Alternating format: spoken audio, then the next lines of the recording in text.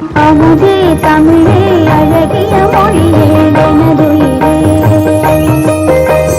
அமுதே தமிழே அழகிய மொழியே எனதுயிரே.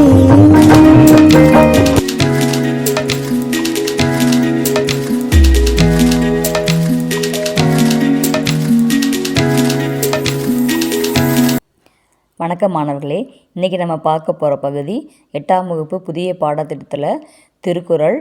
நம்ம புத்தகத்தில் 2வது அதிகாரமாக இருக்கக்கூடிய கூடா ஒழுக்கம் அப்படின்றது தான். கூடா ஒழுக்கம் அப்படின்னா என்ன? துறவரம் அல்லது தவத்திற்கு சில செயல்கள் இருக்கும். அந்த செயல்களை செய்யாமல் விடுவதை குறிக்கக்கூடிய ஒரு அதிகாரம். இந்த அதிகாரத்தில் வள்ளுவர் என்ன சொல்கிறாருன்னா, வெளிப்புற தோற்றத்தில் துறவிகளாக இருக்கிறவங்க, நடிக்கிறவங்க உண்மையிலே மனதளவில் தூய்மையற்றவங்களாகவும் தீய செயல்களில் ஈடுபடுறவங்களாகவும் இருப்பதை சொல்லி காமிக்கிறாரு. அவங்க எப்படிலாம் தீய செயல்களில் ஈடுபடுறாங்க அப்படிங்கிறத இங்கே சொல்லியிருக்காங்க. இந்த அதிகாரத்தில் வெளியில் பார்த்தா நல்லவங்களாக இருப்பாங்க, நல்லவங்களும் நடிப்பாங்க. ஆனால் மனசுக்குள்ளே கெட்டவங்களாக இருப்பாங்க, கெட்ட செயல்களை செய்வாங்க, தவறான செயல்களை தான் யோசிப்பாங்க. இதை பற்றி தான் இந்த கூடா ஒழுக்கம் அதிகாரத்தில் வள்ளுவர் சொல்லியிருக்காரு. இந்த அதிகாரத்தில் வள்ளுவர் சொல்லக்கூடிய கருத்து, கூடா ஒழுக்கம் என்பதற்கான இன்னும் அதிகமான பொருள் என்னென்னா, வெளி வேடம். அதாவது ஒருத்தவங்க உண்மையான மனநிலை ஒன்று இருக்கும், ஆனால் அவர் வெளிக்காட்டுற தோற்றம் வேறு மாதிரி இருக்கும். மனசில் தவறான எண்ணங்களில் இருந்தாலும் கூட வெளியில் துறவி மாதிரி வேடம் போட்டு நடிக்கிறது கூடா ஒழுக்கம். அடுத்ததாக அவங்க வஞ்சக செயல் செய்வாங்க. அதாவது கூடா ஒழுக்கம் அப்படின்னா மனதளவில் வஞ்சகம் கொண்ட ஒருவருடைய செயல்.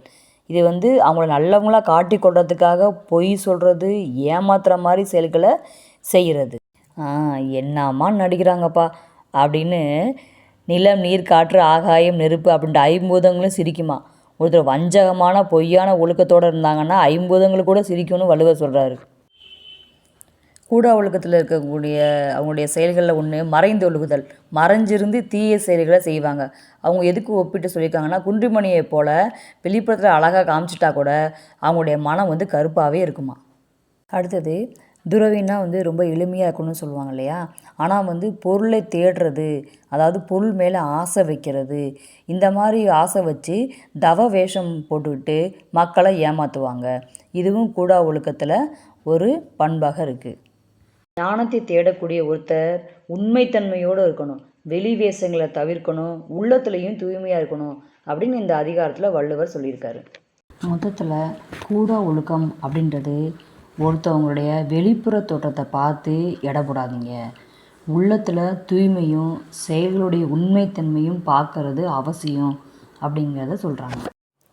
இப்போ பாடத்தில் உள்ள குறள் பார்க்கலாம். வழியில் நிலைமையான் வள்ளுருவம் பெற்றம் புலியின் தோல் போர்த்து மேய்ந்தற்று. இதுக்கான பொருள் பார்க்கலாம். வலி, வலிமை அல்லது உறுதி. இல்லாத. நிலைமையான், இயல்புடையவன். வலிய. உருவம், தோற்றம். பெற்றம், பசு. புலியின், வேங்கையினது.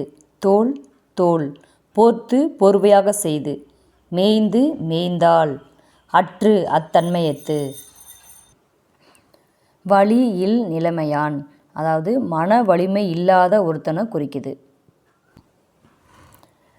உருவம் அப்படின்றது வலிய தவக்கோலத்தை குறிக்குது. அதாவது மன வலிமை இல்லை, ஆனால் புறத்தோட்டத்தில் மட்டும் தவக்கோலம் அணிந்திருப்பது. பெற்றம் புலியின் தோல் போர்த்து மேய்ந்தற்று. அதாவது பசு புலியோட தோலை போத்திக்கிட்டு பயிரை மேய்வது அப்படின்னு சொல்லியிருக்காங்க. அது இயலாத செயல். அதுபோல் மன வலிமை இல்லாதவங்க தவக்கோலம் பூண்டு இருப்பது பொருந்தாத செயலாக இருக்குது. இதில் சொல்லப்பட்ட அணி இல்பொருள் உவமை அணி. இல்பொருள் உவமை அணி அப்படின்றது இல்லாத ஒரு பொருளை ஓமையாக சொல்கிறது. அதாவது கற்பனையான அல்லது இல்லாத ஒரு பொருளை ஓமையாக பயன்படுத்தி ஒரு கருத்தை விளக்குவாங்க அல்லது அழகுபடுத்துவாங்க. இல்லை ஆனால் இருக்குது. ஐயோ போட்டு குழப்புறானா அப்படிலாம் ஒன்றும் இல்லைங்க, நான் சொன்னது உண்மைதான். இல்லை ஆனால் இருக்குது. அதாவது இந்த இல்பொருள் உவமையில் சொல்லப்படக்கூடிய உவமைக்கான பொருள், அந்த பொருள் இந்த உலகத்தில் எங்கேயுமே கிடையாது, கற்பனை தான் சொல்லியிருப்பாங்க. ஆனால் அதில் சொல்லக்கூடிய கருத்து உண்மையானது. இப்போ பாருங்களேன், இந்த உலகத்தில் இல்லாத ஒன்றை உவமையாக சொல்கிறது தான் இல்பொருள் உவமை அணி. அதாவது புலியோட தோலை போத்திக்கிட்ட பசு அப்படின்றது உலகத்தில் இல்லவே இல்லை.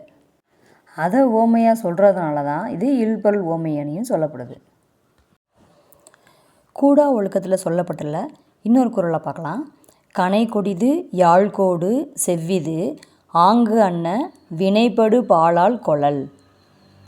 பொருள்: கனை அம்பு, கொடிது தீயது, யாழ் வீணை போன்ற ஒரு வகை நரம்பு இசைக்கருவி, கோடு வளைவு அல்லது கொம்பு, செவ்விது நேரானது, ஆங்கு அவ்வகையே, அன்ன அது போன்ற, வினைப்படு பாலால் செயலின் விளைவு பகுதி, கொளல் அறிக. இப்போ குறளுக்கான பொருளை பார்க்கலாம். கனை கொடிது, கனைனா அம்பு. அம்பு நேராக இருந்தாலும் அது கொல்லக்கூடிய கருவி, அதனால் அது கொடியது. யாழ் கோடு செவ்விது. யாழ் அப்படின்றது ஒரு இசைக்கருவி. அது வளைஞ்சிருந்தாலும் அது இசை எழுப்புகிறப்போ ரொம்ப இனிமையாக இருக்கும். ஆங்கு அன்ன வினைபடு பாலால் கொளல். அதுபோல் மனுஷங்களையும் அவங்களுடைய செயல்களை வச்சு தான் அவங்கள பற்றி நம்ம தெரிஞ்சுக்க முடியும். ஒருத்தர் தோட்டத்தில் எப்படி இருந்தாலுமே அவர் செய்யும் செயல்கள் தான் அவர் யார் அப்படிங்கிறத காமிக்கும். குறளும் பொருளும் பார்க்கலாம். கனை கொடிது யாழ்கோடு செவ்விது ஆங்கு அன்ன வினைபடு பாலால் கொளல். பொருள்: நேராக இருந்தாலும் அம்பு கொடியதாக இருக்கிறது, வளைவுடன் இருப்பினும் யாழின் கொம்பு இனிமையை தருகிறது. அதுபோல மக்களின் பண்புகளை அவரவர் தோற்றத்தால் அல்லாமல் செயல் வகையால் உணர்ந்து கொள்ள வேண்டும். ஒருத்தவங்களோட தோற்றத்தை பார்த்து அவர் நல்லவராக கெட்டவரான்னு முடிவு பண்ணிடாதீங்க. அவங்களுடைய செயல்கள் தான் நல்லவங்களா கெட்டவங்களான்னு காமிக்கும். நன்றி.